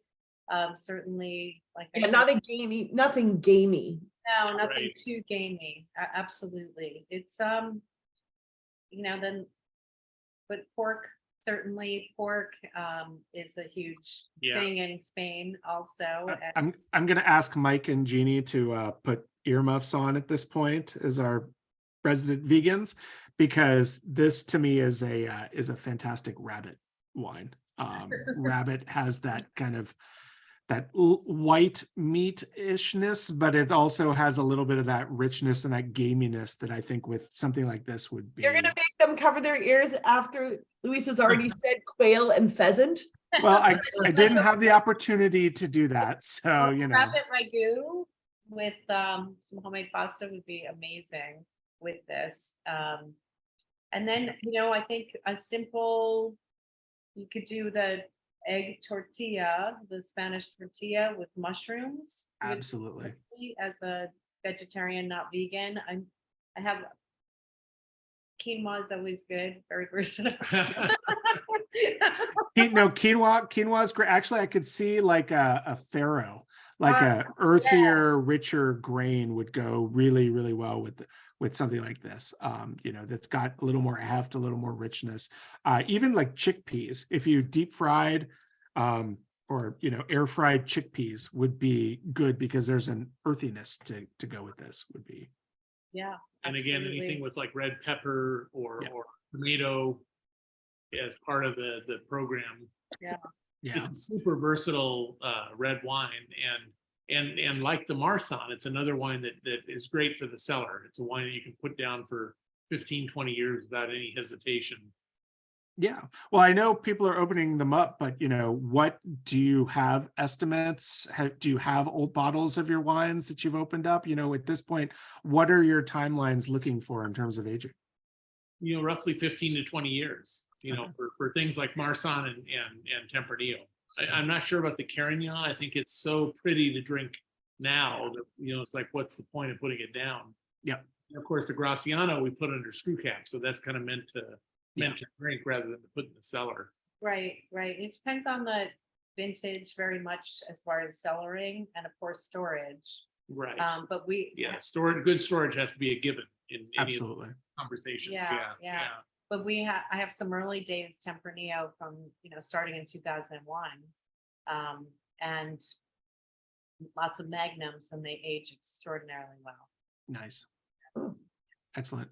Yeah, I can definitely see both of those holding up. I always tell people to drink, especially if it's an old vine Carignan, you know, drink it within 3 to 5 years, because you know it's pretty much at its peak, ready to go at that point. So, it's not a wine to put in the cellar. No. And I should point out, Roger mentioned, you know, he's always looking for wines that go with chili. He said green chili pork stew. So like a pozole would be really interesting with this Tempranillo. I love that idea. And any of these reds would go well with that. Yeah, they've got that great acidity, which I think will hold up to the spiciness of something like that. So as we wind down, you know, what's next for you guys? What are you looking to expand on? You know, what do you see as the future for Lindquist? What do you see as the future for Verdad, for Sawyer Lindquist? Where are you guys going? You have all of these brands. You're starting this New Mexico brand. So, you know, clearly you're not winding down. Yeah, we're not starting that. That's actually somebody else that we're just making the wines for. We're the winemaking team. We're the winemaking team that makes the table wines. Yeah. So we have a small piece of the action.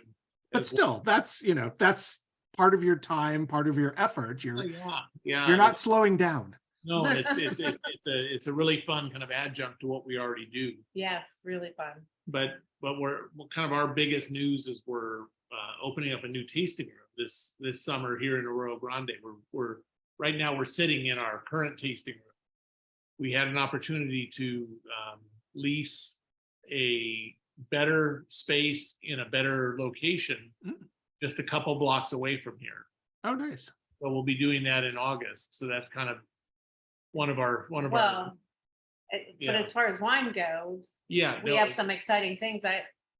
Verdad has a Godeo in barrel from That's the right. 2022 vintage from. Oh, wow. Okay. Monteveros. Santa Maria Valley Godeo. Yeah, Which just will be a first. Really cool. Yeah. So for those not familiar with Godeo, it's a white grape from the western part of Spain. It's actually also pretty common in Portuguese winemaking. You find it even in some of the Vinho Verde wines. Very high acid, bright, light style white, if I'm not But it mistaken. also takes to barrel aging. Yeah, it really does. well. So a little bit of, It it can has a almost be little more Burgundy. roundness to it than Albarino. Yeah. And it's really cool, interesting wines. If you ever have a chance to taste like the Alvaro Palacio, Raphael. Palacios, Yeah. he makes some beautiful wines, and there's some it's a really an interesting grape. And I bet there's really not a lot of that planted here. No. no. we have an acre and a half. Yeah. Wow. That's it. Yeah. And- But I think it's a variety. It's a great grape. So it's another one of those ones that will eventually evolve and continue to grow. And then you have some claret. Yeah. And Last year I made a little bit of claret blanche. Ooh, nice. And a little bit of Sanso. And Oh, wow. again, as real fresh, kind of drink me now type wines yeah, that were actually supposed to be bottled in April, but we had an issue at our winery with flooding, not in the winery itself, but the road that leads to our winery is downstream from a flood control reservoir called Twitchell Reservoir. And during many of these atmospheric rivers that we've had, they've had to let quite a bit of water out of that reservoir, and it ended up washing out our road and bridge leading back to our winery. Oh my gosh. Yeah, so we had to postpone our April bottling. Yeah. Until May. it's been an adventure for sure. Yeah. But Yikes. And where is the winery? Obviously, people will visit the tasting room, not the winery, but Yeah, where are you making the wines? That be Mendocino Vineyard. It's been there since 1989. Jim Clinton and I built it along with the Miller family. We leased the land from the Miller family who owned Mendocino, and we built it in 1989, and we've been there ever since. And Nice. it's like I say that Coupe's now left the building, but Bob's still there. Now Jim has left the building, but Bon Climat is still there. I have to ask you, so Sanso is my all-time favorite grape. So you're doing it as a red wine, or is As it a red, rosé? Yeah, Okay. obviously it makes a great rosé, but I'm doing it as a light red, kind of a light, fruity, fresh, drink me now, put me in the refrigerator style. Yeah.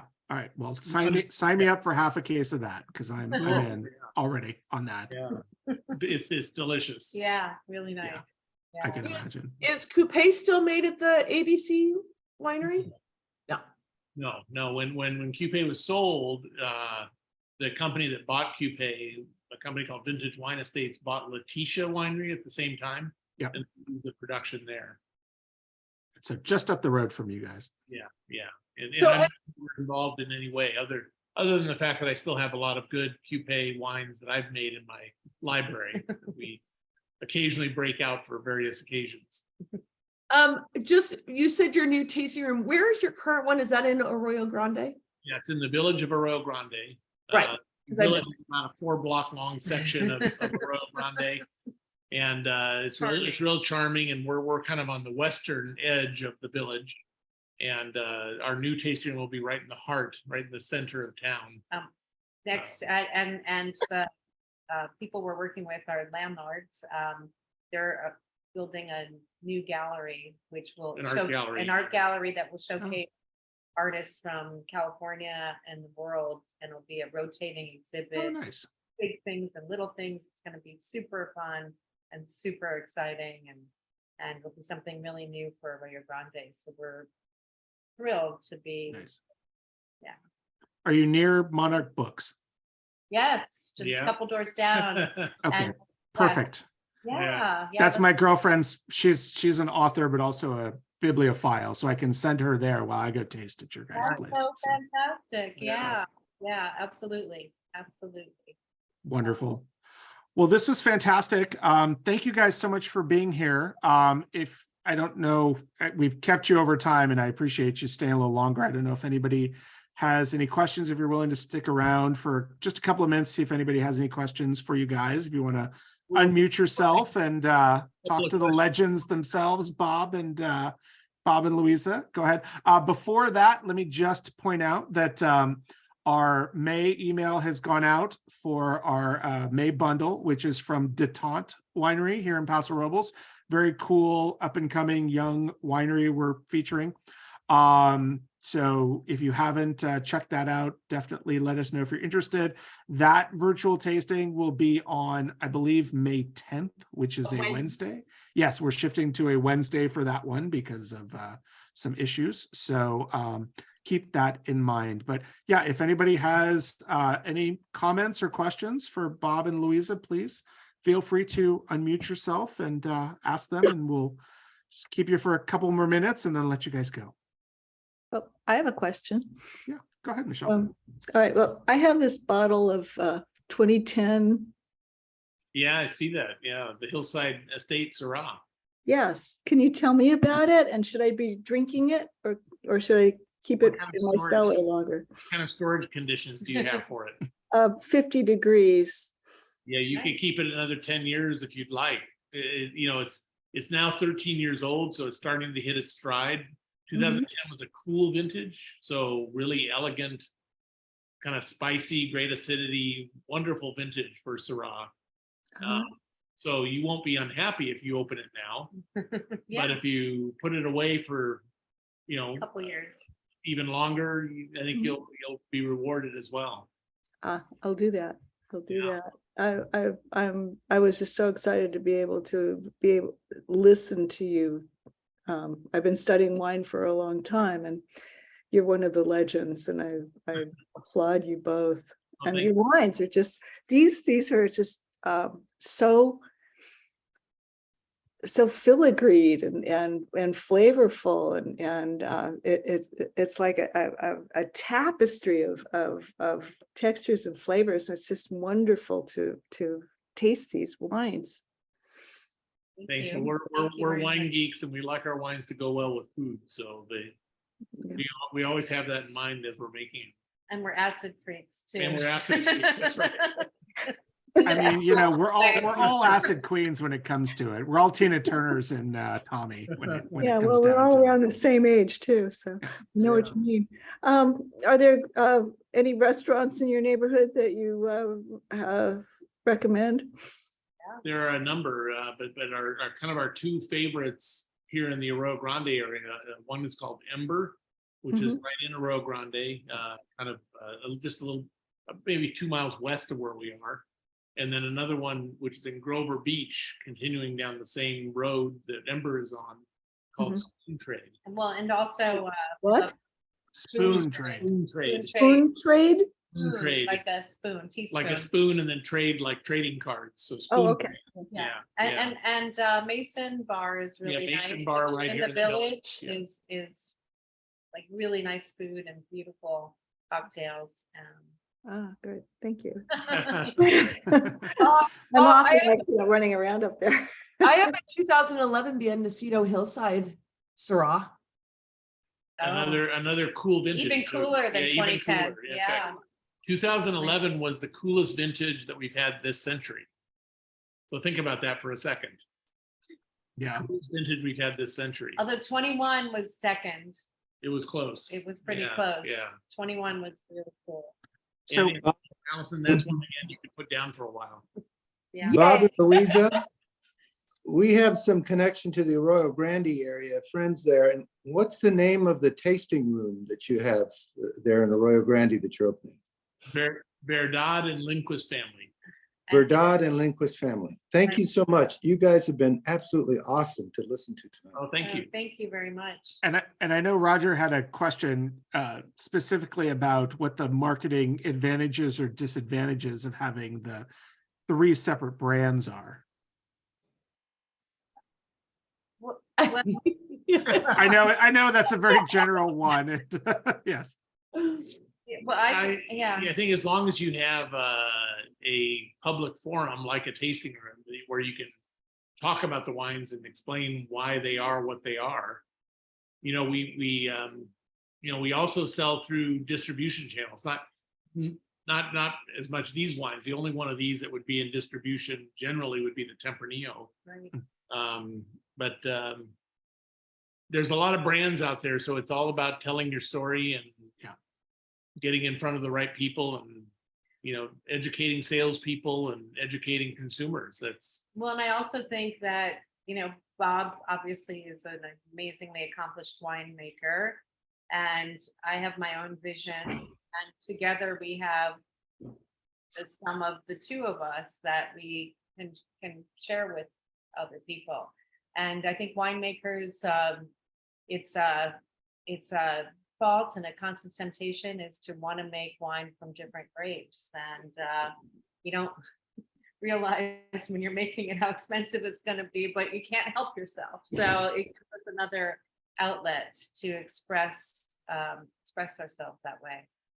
I think that it makes sense. And, from a marketing standpoint, the best brands seem to have a very clear point of view, or like you were saying, a story that you can tell that, in a sentence or a couple of words can really explain what the brand is all about. Whether it's, I am one of the first producers of Syrah and Marsanne, and I focus on Rhones, or, I make the best Spanish varietals coming out of the Central Coast, or we focus on cooler weather grapes and fun things to do. It just, it's having that point of view and that way to explain it that I think really helps. Is that exactly how you would explain it? Pretty much, yeah. Makes the most sense. I mean, I'm available for hire, by the way. You can So walk into wineries who tell you have 20 SKUs, and you're just like 20 different bottlings. Like, how do I wrap my head around it? But it makes a lot more sense when you can say, hey, these are our Rhone focus, and these are our this and this, or, the winery says these are our state label and these are our, purchase fruit labels. It really helps you clearly as a consumer know what you're kind of looking for or understanding, I think. Right. And from a business sense, the direct to consumer segment of the wine business has been in the consistent growth pattern. And as producers of unique wines from the Central Coast, we've seen over the years that distribution channels, a lot of people are going more corporate. It's just like the small wineries are being bought up by big people. And so there's still the end consumer wants to try different things. And so we are able to offer our DTC customers and wine club people unique offerings that we're having a lot of fun doing, and they're having a lot of fun trying. And it's a great, so business wise, it's also kind of smart, but you just have to be careful. I mean, And from the very beginning of my starting Cupé in 1982, I made Chardonnay from Santa Barbara County, and I continue to make Chardonnay. And Chardonnay really helps pay the bills. right. And about 10 years ago, Louisa started making Paso Robles Cabernet Sauvignon from a wonderful couple organic vineyard in and- Paso different and Robles. biodynamic first. Yeah, and that helps, pay the bills as well. And when we were just in Texas last week selling wine, and it's a Chardonnay and Cabernet world there, and we had that for them. No, and it's similar to, the film industry. It's the 80% is the Marvel action movies, or the actors who do one for you and one for me, like that. Yeah. So you have to have the things that pay the bills and keep the lights on, and that allows you the freedom to explore and try new things and do the passion projects that that you have. Although there's really nothing wrong with a well-made Chardonnay. No, our great, or Cabernet. well-made Cabernet. They're great grapes, and Yeah. I think we keep that in mind, that they're great grapes and people enjoy them. Yeah. So, Even in Texas, they can appreciate it. They'll just try to restrict your Chardonnay as much as possible. It is a great market. yeah. No, it is. I'm just really glad that you keep the orphans fed, Before you go, I have to ask one question to Bob: is how did your relationship with the Dodgers come about, where you were making the licensed Coupe Dodgers wine? And is that, something that you're looking to try to recapture in the future? Well, I've been a Dodger fan ever since I was a kid. When we moved to Southern California, I was 11 years old, and my first baseball season was 1965. Oh, wow. And the Dodgers, won the world championship that year, beating the Twins.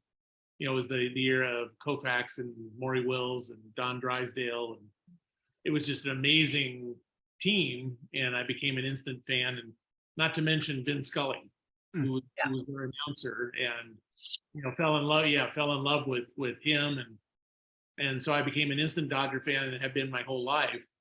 And the Dodger wine opportunity came along about 10 years ago through a company that has the licensing rights with MLB, with Major League Baseball. And I did it for a couple of years, made 4 wines, 2 whites and 2 reds, and it was a great, fun project, but it didn't make any money. It was very much a labor of love. And did you at least get some good tickets out of it? Yeah, I did. Yeah, it didn't lose money, but it wasn't profitable. And the company that has the rights, takes such a big percentage. I actually tried to resuscitate it with the Millers, at Mendocino, because they have access to so many grapes, and I thought maybe we could resuscitate the project because they're Dodger fans also. But it just didn't make sense financially.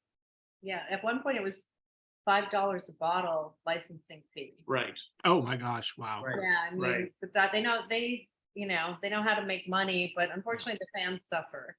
And this is wine people could buy in retail, or it was just available at the stadium at games? No, it was only available in retail, or I mean, a restaurant could buy it also, but we couldn't sell it in the stadium because we hadn't paid the licensing fee to the stadium. We only paid the licensing fee to Major League Baseball. Right, and that Yeah. licensing fee was paid by San Antonio. Yeah, Winery. San Antonio Winery had the exclusive licensing fee to be the official wine of Dodger Stadium. God damn you, Stella Rosa. Yeah, which and Stella Rosa, and $500,000 to get that fee, to get that option. Well, it's So, no wonder people yeah. are turning away from baseball. It's like Well, they don't do it anymore. they're coming back.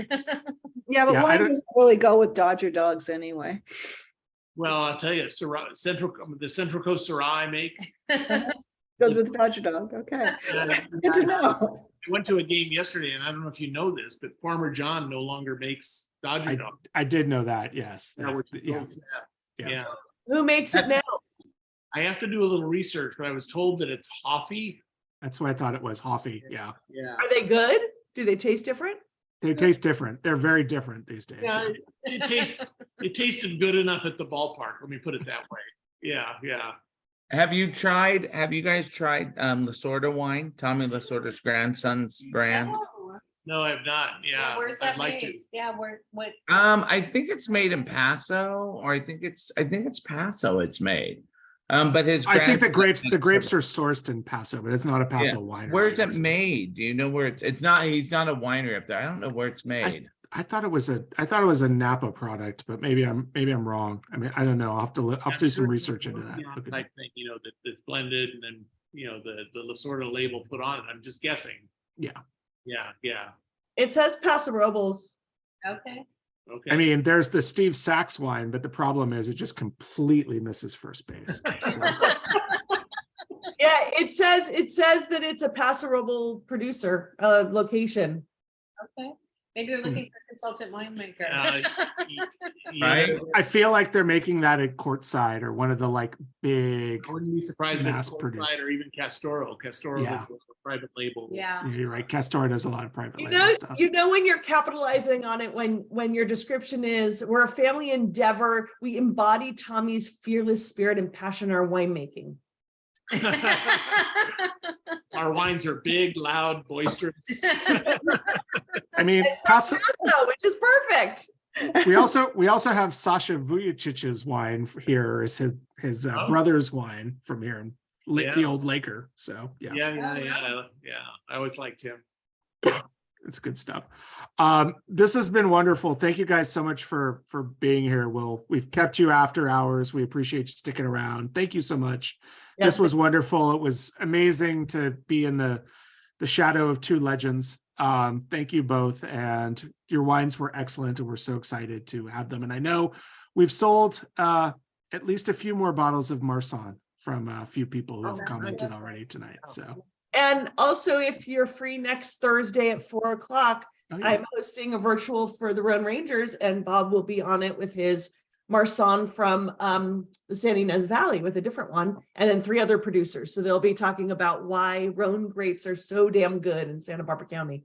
That's right. Yeah, that's And I will be on the chat peppering Allison with inane and questions she cannot answer. So Oh, I will too. Yay! Even better. Thank you. Just moderating. I'm not. They'll answer the questions. All right. Thank you again, everybody. Have a great night. Take Thanks, care. guys. Thank you for sticking around. If you guys want to send us any recipes, we love to cook. So if you guys have some recipes you want to share, you can send them to info@wines.com. Yeah, forgive me. I forgot to ask the question we always end on, which is that if people want to get a hold of you or find out more or come and visit, what's the best way for them to do that? Obviously, we have the new Bob at lindquistwines.com or Louisa at lindquistwines.com. Or info at or info, lindquistwines.com. which goes into our general. Yeah. yes. And then you have the first tasting room more or less on your left when you come into Oro Grande until August, it sounds like that'll be active, and then you'll move into the new space. That's right. Exactly. Yeah. Awesome. And Lindquist, is it lindquistfamilywines.com for the website or lindquistwines.com? Verdad and Lindquist Verdad and family, Lindquist, yeah. or Lindquist, yeah. Perfect. Yes. And we'll send that link out tomorrow with the link for the virtual tasting for everybody. But Okay. until then, thank you so much for joining us. We appreciate it. Good to see everybody. We'll hopefully see you next month for Detente Wines from Paso Robles. All right. Thanks so Take care, much. everyone. Thank you. Good Thank you. night. Zach. All right. Bye. Bye. Bye.